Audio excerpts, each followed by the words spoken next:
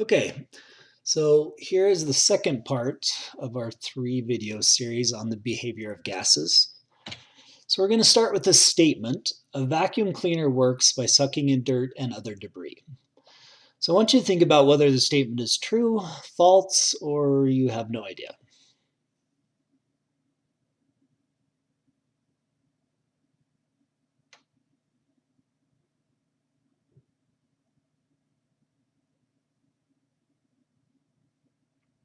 Okay, so we're not going to talk about the answer to this right now. By the end of the video, it should hopefully be fairly obvious if it's not already. All right, now we're going to move on to a question. So what is the weight of the air sitting on top of a 1 meter squared surface at sea level? I have a picture of a card table here because a card table is roughly a 1 meter squared surface. So here I have 1 meter on this side, 1 meter on this side, so that's where I get the 1 meter squared surface. All right, so to answer this question, there's kind of maybe two ways to think about this. One is that we often think of air as being very light and fluffy, something that really has no weight because it doesn't seem to bother us much. So you might suspect that the weight is minimal. Okay, so air doesn't weigh very much. Right? The other way I want you to think about it is a little more quantitative. So if we take our 1 meter squared surface and then we add a third dimension of 1 meter, so now we have a cubic meter or 1 meter cubed volume here. So if I were to add up the weight of this volume, and then I added the weight of this volume, and then the weight of this volume, and the weight of this volume, all the way up to the top of the atmosphere, which is about, let's say, 40,000 meters, so 40 kilometers, how much would that weigh? Okay, well, the answer is actually a little bit surprising here. So it turns out that it's about 22,000 pounds. That's how much the air weighs if you add up the column all the way to the top of the atmosphere. That's a lot. That's quite a bit. And remember, card tables are fairly flimsy. I imagine that if I were to stand on this card table, it would probably break. So if I weigh about 200 pounds, how can this table hold 22,000 pounds? So another way to think about it is I looked up the weight of a Toyota truck, and I found that 22,000 pounds would be about 5 Toyota trucks. So if you think about a single card table, it's holding up 5 Toyota trucks. Obviously, that seems ridiculous, because if you would put even one of those on the card table, it would just crush it, no problem. So why then isn't a table crushed if this is true, if the weight is really 22,000 pounds? Right? To answer this, it's best to think of this in terms of pressure. Right? So the weight is causing a pressure, a downward pressure on the table.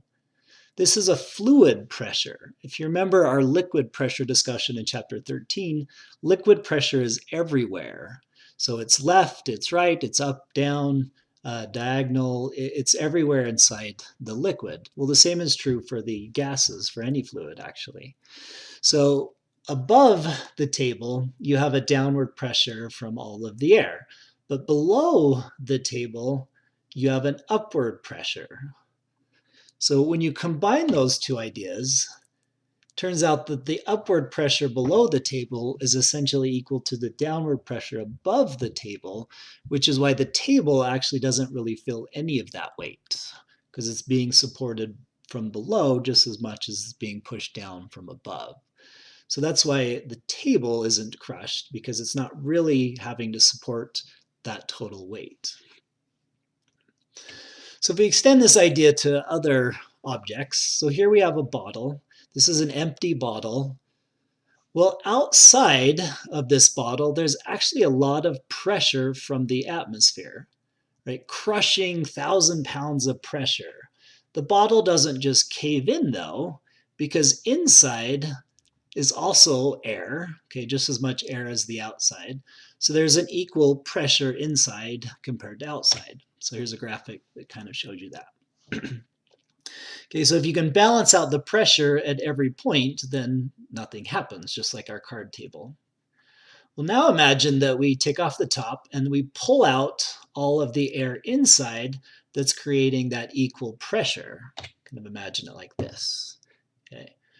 Well, what would happen is because we've now removed all the air, we've created a vacuum, which is an area of zero pressure. So this is showing 0 pascals, zero pressure.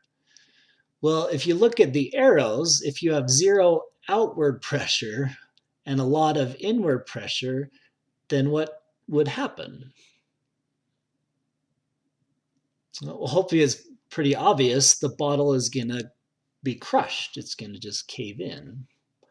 This is really easy to test. You should just try it sometime. Just take an empty bottle, pop the top, and create a vacuum inside the bottle. The easiest way to do that is just put your mouth over the top and breathe in. Pull that air out by yourself. Okay, so as you breathe in, you're creating low pressure in your lungs. So the air inside the bottle is going to want to go there. So it goes into your lungs, creating a low pressure in the bottle, which should kind of implode the bottle. It's really easy. You should just try it yourself. Okay, so there's a couple other interesting facts about fluid pressure, but for time, I'm not going to go through the complete definitions of how we get these.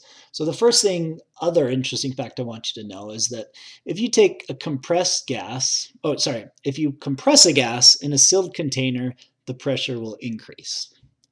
So let's go back to our bottle example.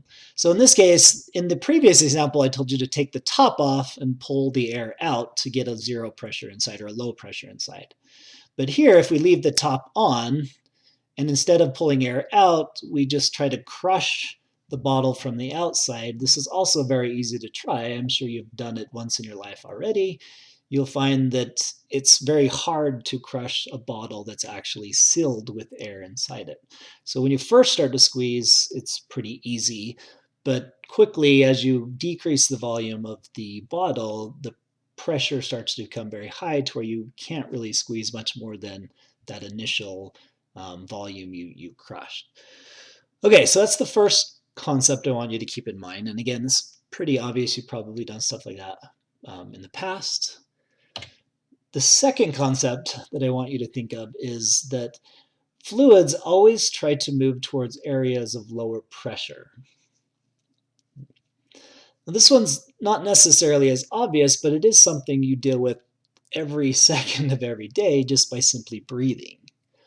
So when you breathe in, you're actually you're expanding your lungs, right? Just think about it, just try it. You breathe in, your lungs are expanding. When your lungs expand, they create an area of low pressure.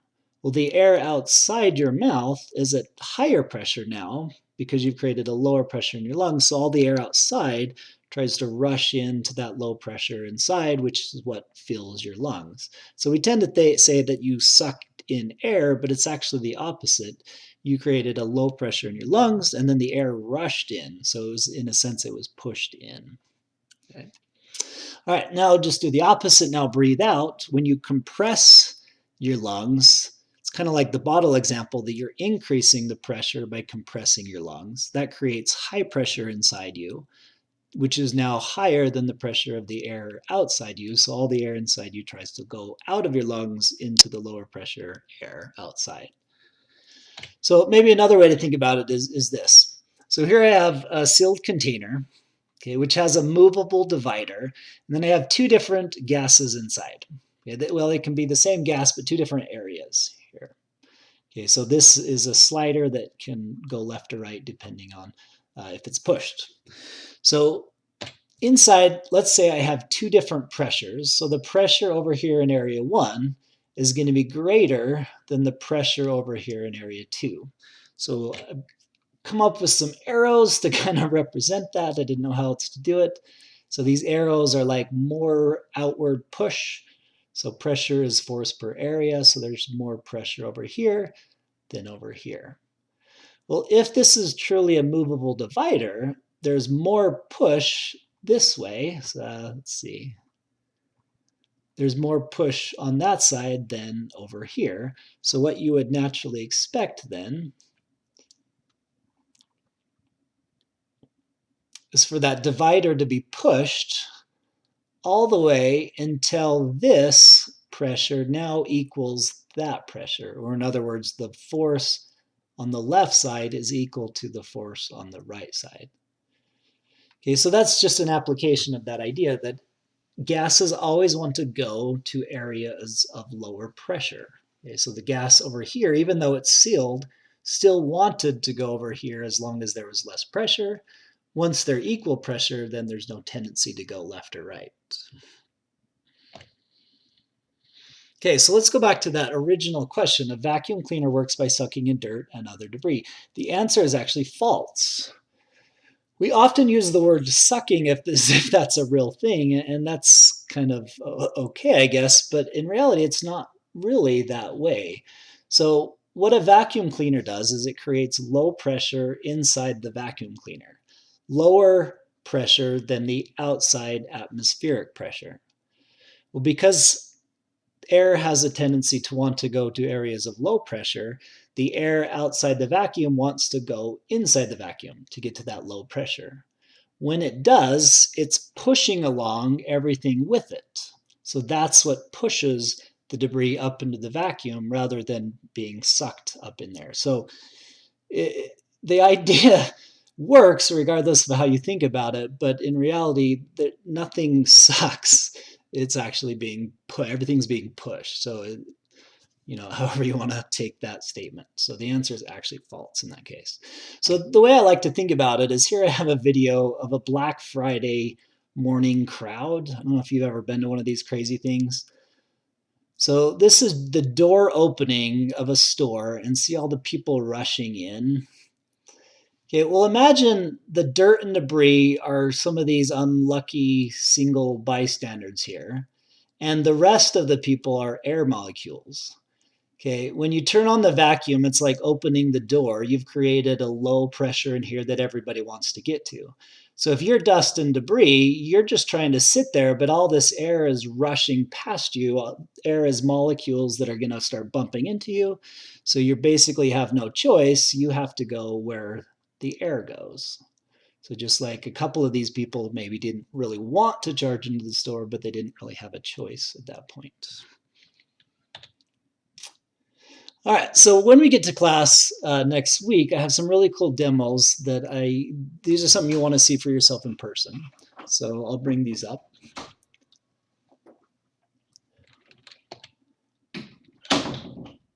And that's it. So that's the end of our video 2.